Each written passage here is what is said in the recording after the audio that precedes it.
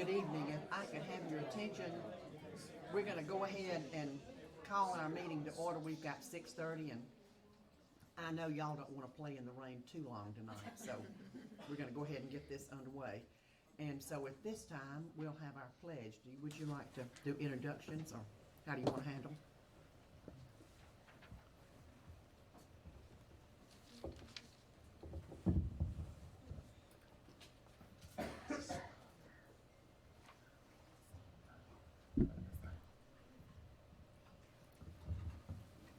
Good evening. Welcome to Maysville Elementary School. My name is Riley from Miss Hughes' third grade class. My name is Andrew Johnson from Miss Hook's second grade class. Please stand for the Pledge of Allegiance.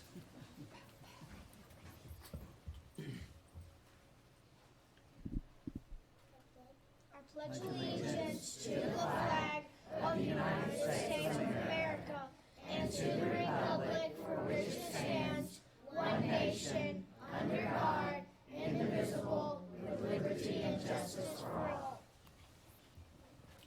You may be seated.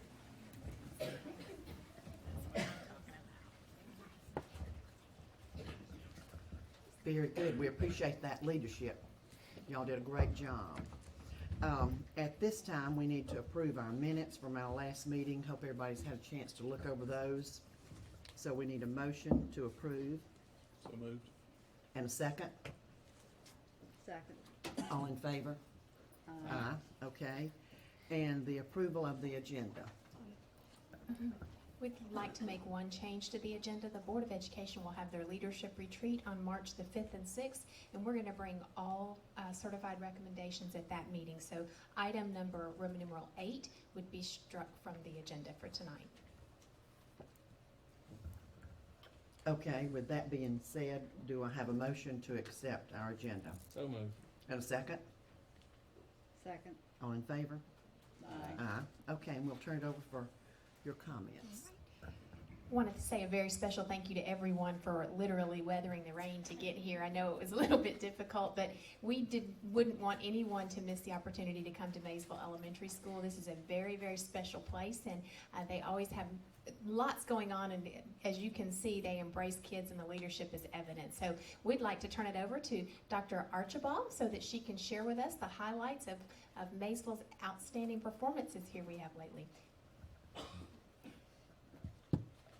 Thank you, Dr. Howard. Thank you, Board. We do appreciate the opportunity to be here this evening to have you come and join us. We have the most precious community, we feel like, in all of Jackson County. Of course, all of our leaders at all of our schools feel that way about not only the communities that we serve, but our entire county. And it's a pleasure to have you all here this evening. On behalf of our staff and faculty and all of our students at Maysville, we welcome you. And without further ado, I'm going to turn things over to our staff that has their boots on the ground every day with our boys and girls and doing some really incredible things. And this evening, we're going to share with you two things. The very first thing is going to be kind of a continuation, Board, of what we shared with you last February when you joined us here at Maysville. We had some fifth graders who shared some career project presentations with you. And this evening, we have invited the teachers that work alongside them to share how that idea of career awareness and exploration has blossomed into something even bigger this year. And so if I could have our fifth grade team, if you guys would come on up.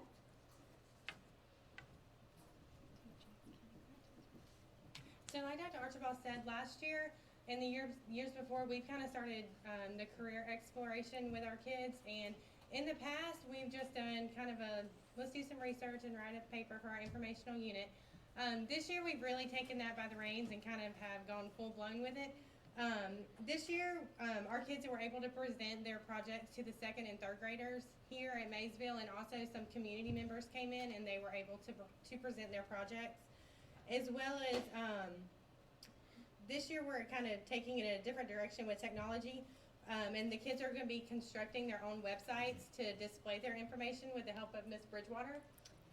And we also incorporated our 7 mindsets into our careers with Passion Day and teaching the kids how you can take your passion and turn it into a career.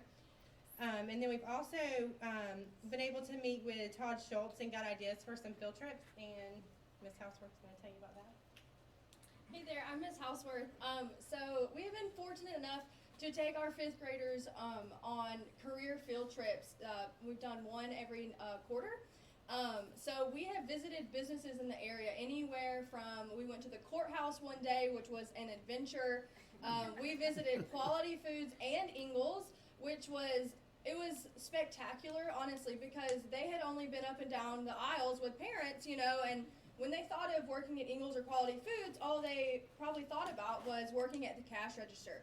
But those people were lovely. They were great with our students. They took them behind the scenes. We saw things that we had never seen before. And so it really opened their eyes. They also visited Lanier Technical College just a couple weeks ago. The student, that was very eye-opening for them as well. We visited Jackson EMC, which was great. They also kind of got a behind-the-scenes look. You know, for Jackson EMC, you know, it's not just the linemen. There are people working behind a desk, and there are so many hands helping that business run. I don't want to miss any business. What other businesses? Oh, Wilco. Wilco actually came here and did a presentation for us. So students were able to, that was a little bit more of a creative side for any student who might be interested in screen printing and things like that as a career. But definitely the biggest benefit has just been exposure for our students. For them to go out and see, you know, what really is out there. There are so many job opportunities, and for them just to see that you don't always have to have a college education to get a great career. And that's actually something that is mentioned by one of our fifth graders. Mrs. Bridgewater interviewed a little panel of our fifth grade students and just asked about how they felt about the career field trips we've taken. And so we have a little footage of that, and we hope you enjoy.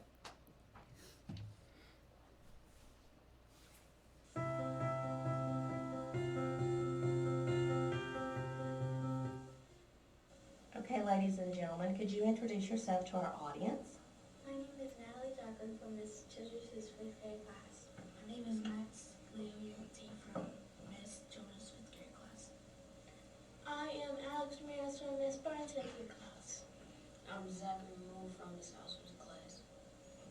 So you've had the opportunity to take some career discovery field trips this year. Have any of those school career field trips made you have thoughts about your own careers? Yes, Go ahead, Alex. the one that like hit home for me was the Lanier Tech field trip to a college where one of them was car repair and welding. Zach, what did you want to add? I figured out that you don't have to go to college to have a good job. Okay. Was there one of the career field trips that was more meaningful to any of you than another one was? It was the courthouse, because like you can like be a lawyer and you can like, because when we went in there, there's like a bunch of people and like there was security guards and like they checked what you have on you and all that. Natalie, was there anything that stood out for you, or what did you think was the best trip? My favorite trip was the Lanier trip, because there was one about art and I like art, so there's one. Okay. Were these field trips helpful to you in any way? Yes, it was very helpful to help me learn what I could go to college for and what I couldn't go to college for. That Jackson EMC, that like they help us, like what they make like with power lines to help us like get power in our houses. I learned in Lanier Techs that in the school that you can learn more than one career. Did anybody discover the thing that you really want to go to school for now? Max? But I wanted to go when I went to Lanier Tech, it was fun there, cause you can work on cars to take them apart and then fix them. You can paint. That's what I liked about it. Well, the Lanier Tech trip showed me that I might actually go to Lanier Tech for multiple things, so I can be multiple qualified. Smart guy. I might want to be a doctor. So you haven't visited anywhere that you'd want to be a doctor yet. So what would be a place you would like to go explore a little more and learn about that? Hospital.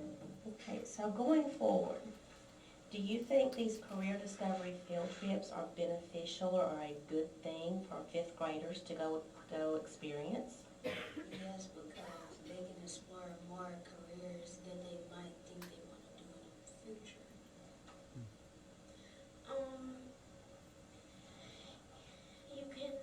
You can see a lot of hands-on experiments doing, so you might want to try them for yourself once you get older. What are your thoughts now about your future career? Natalie, let's start with you. I used to want to be like an assistant dentist.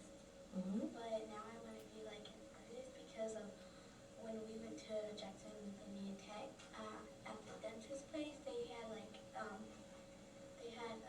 frames of pictures of art, and I saw how good they were, so I just wanted to. No, I used to want to be a police, but now since I want to be like a courthouse, and then so you can be like a lawyer. I used to only want to be an artist, but now I know that I can do other things adding on to art. Like I can do car repairs. I can also do art, and I can also paint cars in patterns that other people want me to do it. I used to want to be an engineer. I still do, and I want to be a doctor. Wow, so you're still on a college path. That's your goal for your career in the future. Awesome, guys. And now we all know that a college path is excellent choice. A technical school is an excellent choice. As long as we find a career that makes us happy and keeps us productive in the end, correct? Mm-hmm. All right. Thank you guys very much for helping us today and letting us know what you learned from your career field trips. I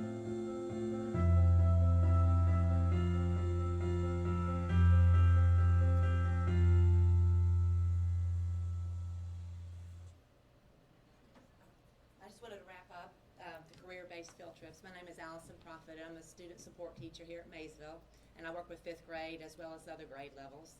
And we're going to also go visit the University of Georgia in March because we wanted them to have that comparison of a technical school to the full university. So they're excited about that. And they're also going to hear about the Empower Career Center and get a background information about that so they'll know what's available down their path in the future. And so hopefully they'll have this connections between what we're doing today with the career field trips and the Empower Career Center that they'll have available.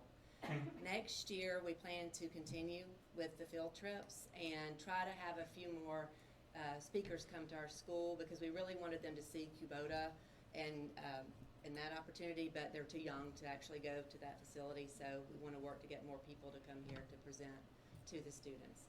And we do have a few of the projects that, from 4-H projects that they did, and some of them chose potential careers to research and to present.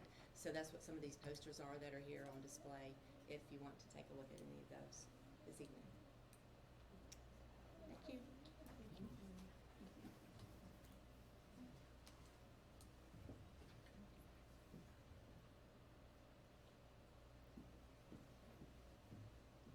Our second thing we'd like to speak about tonight is our academic family teacher teams that we have begun this year. And our third grade team and Ms. Adams are going to come present on what we have been doing in place of our curriculum nights.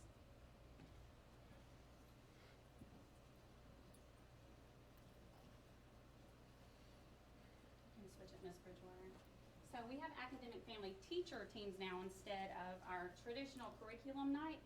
And we adapted this model from the state model, but there is an application and a little fee that you have to pay. So we looked at this and we said, we can do this. We don't have to pay for this model. We got it. So all parents and guardians with students in the same class come together, and we're gonna tell you all about that in just a second, and they just come together for a common purpose. Part of that just was missing. I wanted to talk to y'all about why we did this. So we surveyed our parents and our staff about our traditional curriculum nights, and they all said, we need to change. Our parents wanted to know, how can we help at home? So we wanted to give them a meaningful way to help their students at home, and this is how this evolved. Our leadership team investigated the APTT model, and we thought that this would be a way for us to do that and to give them that meaningful way to help at home. So there are 4 components to the AFTT meeting. One is the welcome activity, and we're going to practice that in just a minute with your M&Ms that I gave you. So this is just an icebreaker team building activity. One is where the teacher presents the foundational skills that the students will work on in their home activity. The other one is the home learning activity itself, and we'll go into detail about all of these. And the last component is goal setting. And Ms. Bridgewater, if you'll press a guiding document. So this is what we created so that all of our teachers would be on the same page, and they would include all of these components, because all the classes meet within their grade level or within their classroom. So we wanted to make sure that all parents were hearing the same message and getting all the components of the AFTT meeting. So we provided that. We provided a picture, which will make more sense to you in just a minute, about the folder that the parents got when they got to the meeting.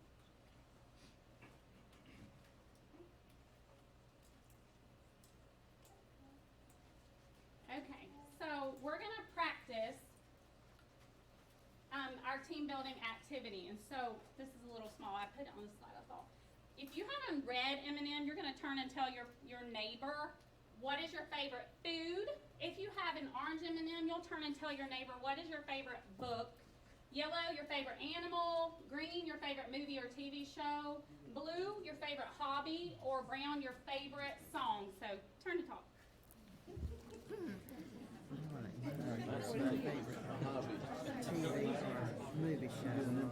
Probably my favorite show is the home makeover show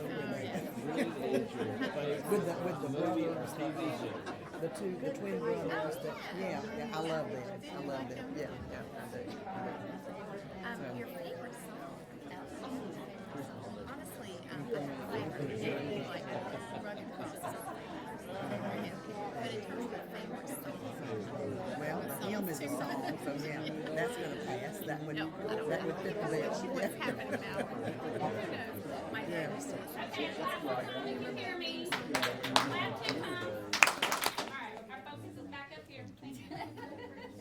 Okay, so the purpose of the icebreaker is just to have fun and to get to know the parents, and it's also to try to make connections with the parents. So you may make a connection with a parent that likes to read the same books as you, and you can build that relationship with them. So it's about building relationships and making connections in a fun and comfortable way for everybody.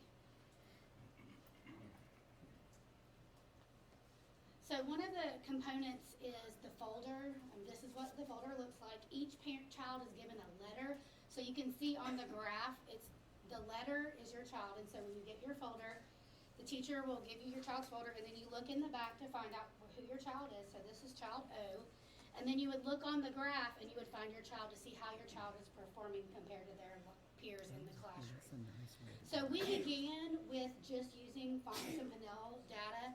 As a 3rd grade team, and I'm not sure what other teams decided it was, but we felt like it was too broad, and it wasn't really helping our parents focus on specific, meaningful things that they could work on at home. They couldn't really track, oh, my child's gaining reading levels, other than looking at the graph. So as a team, we kind of came together, and we decided to focus on something that was a little bit more measurable and specific. So for my class, I have a lot of students that are still trying to learn their 375 sight words. And so I focused on sight words. So in my students folder, they also have a sight word graph that's graphing how they did at the beginning of the year, where they are now on their sight words.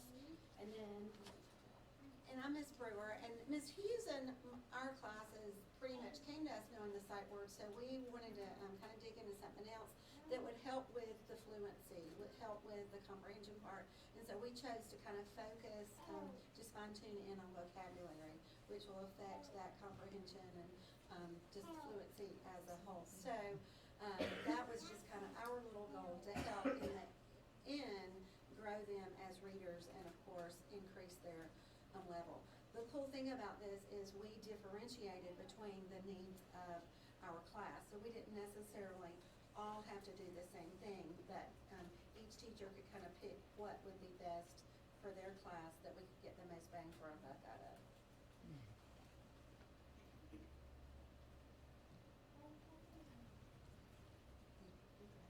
Okay, and so the home learning activity, this is another thing that we kind of customized and differentiated to whatever our needs were. To start with, we did kind of do the whole, the same activity, take-home activity for all of ours. Do you want to show that to them? So it was just something as simple as this. It was a literacy wheel that just guided parents at how to question kids when reading book rather than just tell me what it was about. And so we did the I do, we do, you do model with this, and the parents really enjoy playing school and pretending really how to help their kids. So we did that, and there's also a tic-tac-toe board on the back, just something to encourage readers at home, whether it's read with a whisper voice, read with a scared voice, but just something to encourage more reading at home rather than just go read. So this was something that we all did together. And then we did a few different activities based on her high frequency words and our vocabulary list.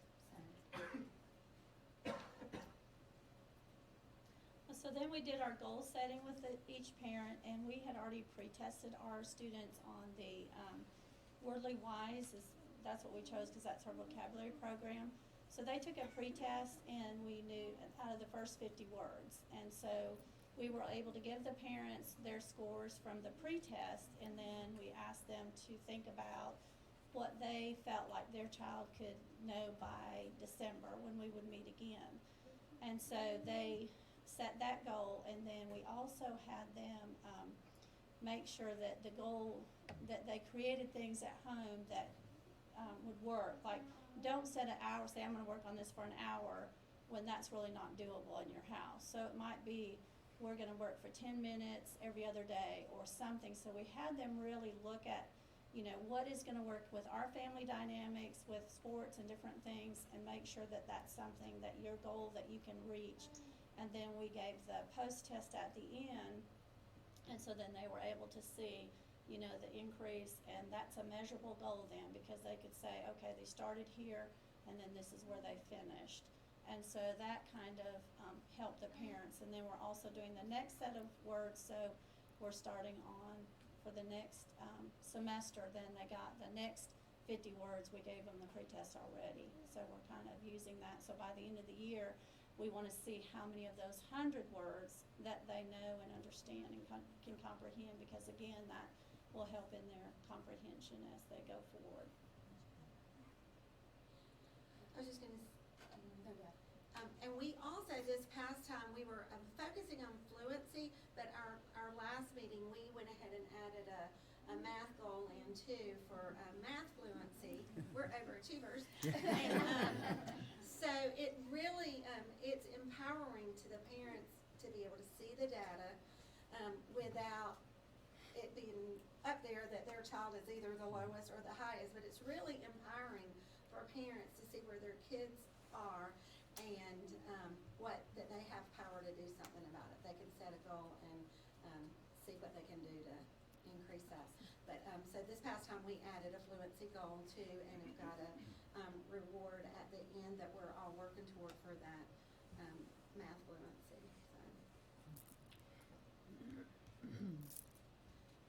And so we've had conversations just kind of reflecting back of what we can do better, what we can do different to reach more parents. And one thing is we've offered child care this past time, but we still had some students that came to the classrooms with their parents. I think they were so scared they were going to miss something. But it takes away from the parents truly being able to, sometimes this is a parent's night out just to even come. So we would like to be better at making sure that the kids stay in the kids' room so the parents can truly focus in on what we're presenting. And we kind of refined our scope for what we wanted to get data those small steps, and we would just like to share that and do a better job next time and help some of the other grade levels kind of just refine the tasks that they're going to work on in order to just continually make that gradual growth. So,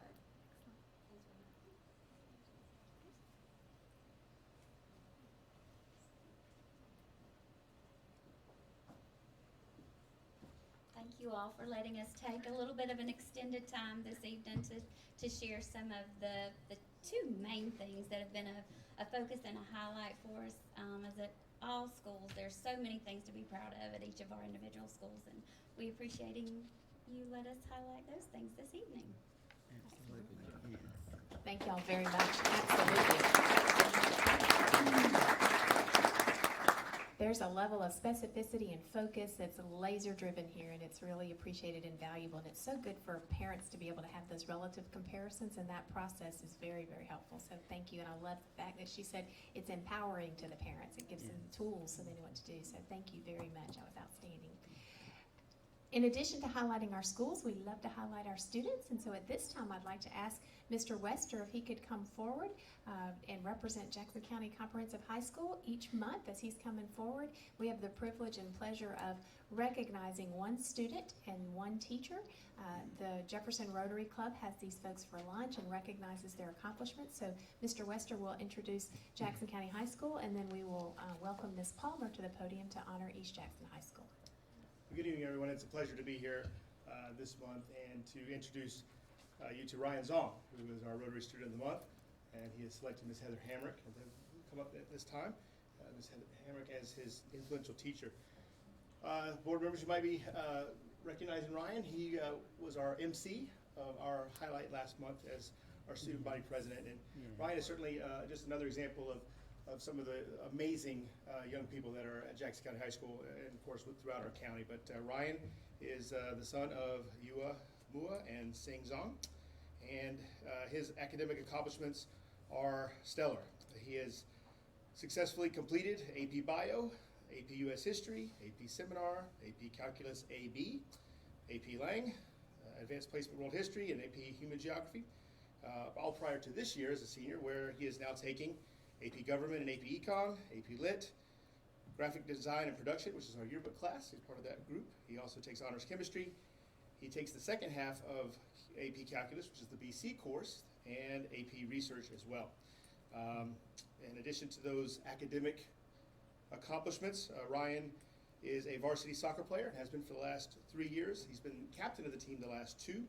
He is our senior class president, as I mentioned. He has been in the National Honor Society and in the Beta Club for the last 3 years. He is a member of the Jackson County Student Leadership Team. He has been on our yearbook staff for 2 years and has played club soccer for 9 years. Just to mention just a few awards that Ryan has earned in his short time. He has received a UGA Certificate of Merit. He has been awarded the Athletic Directors Award. He has also been named as a soccer first team all-region for the last 2 years. Certainly an example for all of our students as a leader with our student government, but also in his academic and athletic accomplishments of what a student athlete is really all about. We're very excited to present Ryan, and this time I'd like him to just speak for a moment about Ms. Hamrick and about his future plans. Ryan, congratulations, buddy. I chose Ms. Hamrick as my most influential teacher because she has really pushed me to be the best student I can be in the classroom, and she truly gives me the confidence to know that I will succeed in environments beyond high school. And beyond the classroom, she has become a great friend and a person that I trust. She is truly really empathetic and caring, and I think most of our other students could say that as well. Beyond high school, I plan to either attend Georgia Tech or Stanford University, where I will either be studying economics or Asian American Studies. Beyond college, I don't know exactly what I want to do, but I know that I just really want to make an impact in the world.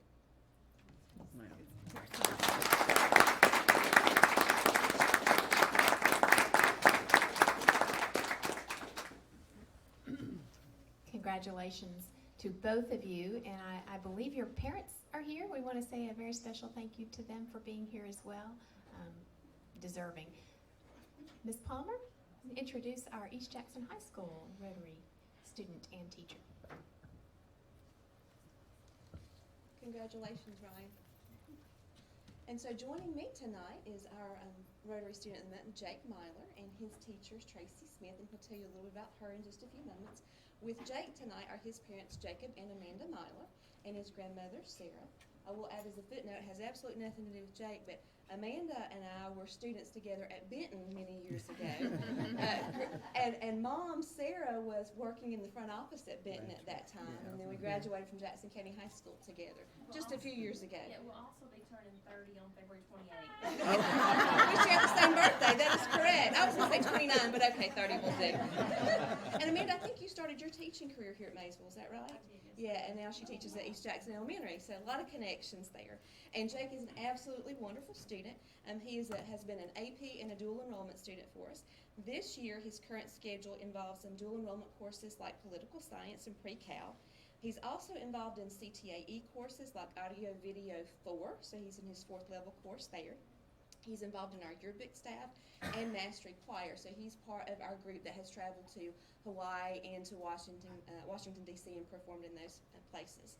He is an active member in our Beta Club. In fact, he's an officer there, and he's very active in community service through Beta Club. He's a part of the I Serve ministry, which serves food to our homeless in our community. You may see him out picking up trash on Hoods Mill Road. They've adopted a mile of the road there, and so they do some community cleanup. He also visits Bentley Nursing Home and does some assisting there. In addition to those things, I mean, he's a great student. He's great with community service. He also works not one, but 2 jobs outside of school. And so he works at Board and Brush in Athens, and he also works at Hollister up there at the outlets, I believe. So a man who's very, very committed and very, very good at balancing his time. As far as his honors and awards go, he has been the Kiwanis Student of the Month, not once, but twice. He has won the Chorus Award, the Audio Video Award. Like I said, he's been involved in Beta and has won several awards that way, and was also 3rd in the state in Skills USA. So now I'm going to step away and let you introduce Ms. Smith. All right. With me tonight is my most influential teacher, Miss Tracy Smith, and I don't think I could have survived all my 4 years of high school without her. I never thought that I was going to be able to get up and speak in front of people or in a camera, and she has just really been the teacher that has always been there for me and has pushed me to do my best, whether it was in school or outside of life. And I really just want to thank her so much for the 4 years that I've had with her, and I'm going to miss her greatly next year. But I plan to attend either UGA or UNG, and for right now, I'm bouncing back and forth between a few careers. I want to be a secondary mathematics education teacher, or maybe an architect. So it's up in the air for right now, but I'm very blessed to have such great support in my life from my high school.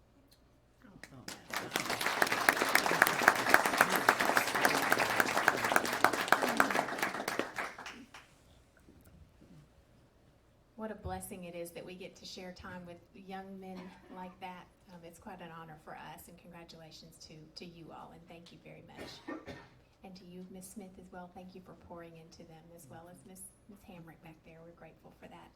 Each month, we also have the privilege of recognizing a couple of folks who have been nominated from our community, either within the school or outside of our school, and we call this an Excellence in Service Award. So Dr. Blankenship is going to recognize a couple of folks for us this evening.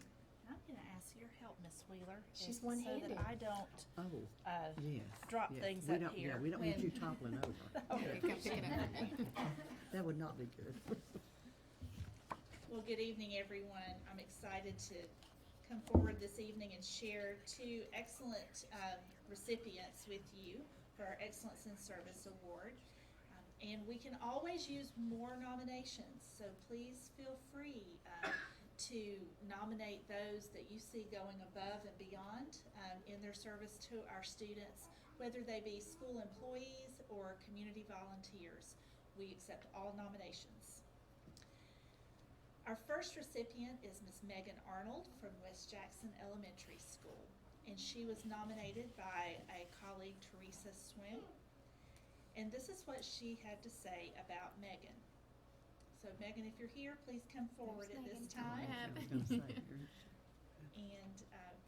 stand up here so I can say some wonderful things about you. And then I'll let you go over there and shake hands with everybody, okay? All right. Megan always goes above and beyond for everyone. She's a great role model for what it means to be dedicated to her work. She helps wherever and whenever she can. She approaches everything with a smile. She is definitely one of the people you can count on day in and day out, not only going above and beyond for her students, but her coworkers as well. She is such a joy to be around and definitely deserves to be recognized. She is one hero in my eyes. Megan engages families as she has such a friendly personality, and even if she does not work with a student, somehow she bonds with all of our students and knows how to build great relationships. She does not realize how valuable she is, but she should definitely be told. She juggles bus checkoffs to working car rider line with never a complaint. The kids come in and say, "Hey, you got me out of my car." They love her. Her coworkers love her. She is one in a million. So congratulations,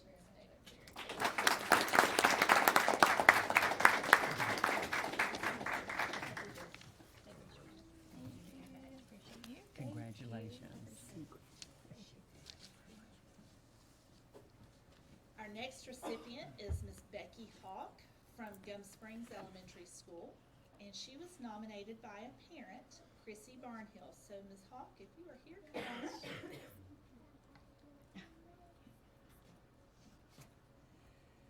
Ms. Hawk is my daughter's third grade teacher. I have known her to be involved in community activities as well as in her current and previous students' lives outside of school. She goes out of her way on a daily basis to know her students personally and academically. The relationship she builds with her students and their families is priceless.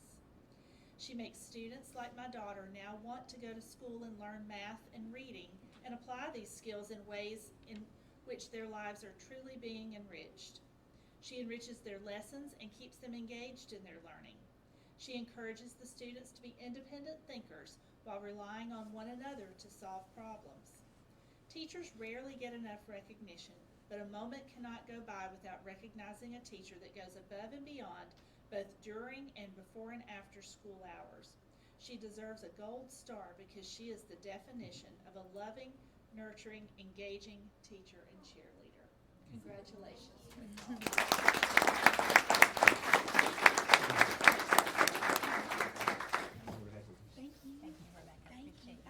Thank you, and please nominate those deserving educators, support staff members, and community volunteers.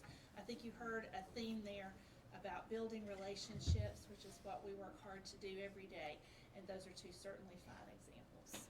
Thank you. Thank you, Dr. Blankenship. And I think both of these honorees have family members here, and we want to thank you for being here to celebrate these fine folks, as well as realizing that they're a role model for lots of kiddos, including their own. So congratulations, and we look forward to seeing what they continue to offer to this great world. Just a reminder to the Board of Education and anyone else who is interested, the Chamber of Commerce each year recognizes our Teachers of the Year and our STAR students. So on February 27th, this is a little bit different than years past. It'll be on a Thursday on February 27th, and it will be at Jackson EMC. We'll look forward to a banquet to recognize our STAR teachers and our STAR students from each of our high schools, as well as all of our Teachers of the Year. So again, you can register for that if you're interested, and that will be an exciting event to continue to highlight our outstanding achievement of those folks. So that is all we have tonight. I want to thank Maysville Elementary School again. Y'all did an outstanding job, and we appreciate your hosting us here. As usual, it was a treat to be here, and we always enjoy coming here and hearing all the wonderful things that you're doing, and also we delight in hearing about our great achievers. So we're proud of everybody, our students and our educators also. Y'all make us mighty proud. All right, at this time, using our consent agenda on items 1 through 7 and 9, do I have a motion that we accept? So moved. All right, in a second? Second. All in favor? Aye. All right, very good. Thank you folks for coming out tonight, and I'm sure we have a motion that we adjourn at this time. Y'all be safe traveling. Thanks again.